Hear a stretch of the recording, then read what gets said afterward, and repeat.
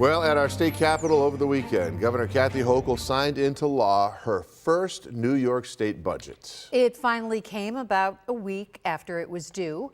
Lawmakers in Albany spent Friday night and into the early hours of Saturday morning hashing out the final details before sending it back to her desk. New Yorkers are most concerned about things like bail reform, tax relief, and of course, the new Bills Stadium. So, how did she do? We're joined now by longtime political analysts Ken Kruly and Carl Calabrese, who've been through many a state budget process. Yeah, Ken, let's first ask you, how would you grade the governor overall when it comes to her first budget process, and what were her big wins? I think big things on the agenda were the increased activity with tax cuts. The middle class tax cut, which is going into effect originally in 2025, is being moved up a couple of years. They, of course, decreased or eliminated the gas tax, sales tax from the June through the end of the year. So that the taxes came out well.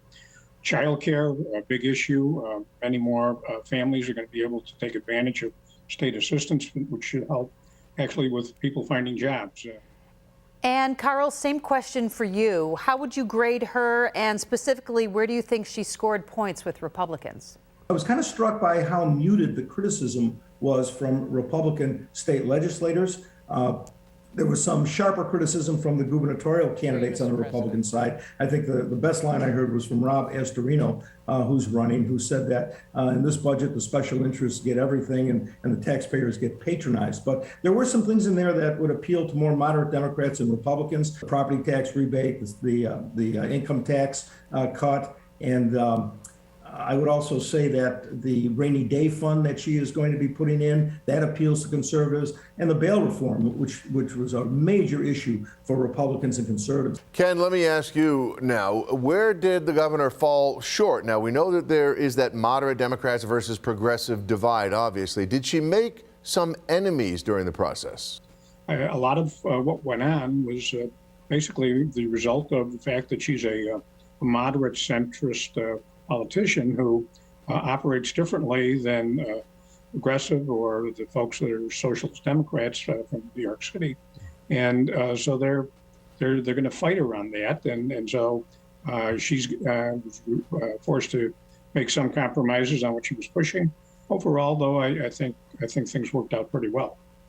Carl, same for you. What do you think she came up short or wasn't able to get done this time around?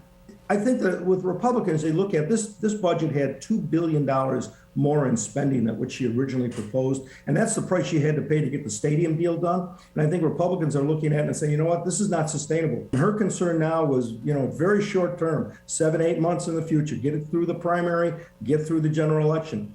All right, Ken and Carl, thank you both for taking the time to speak with us tonight. We really appreciate your time. Thank you. Thanks.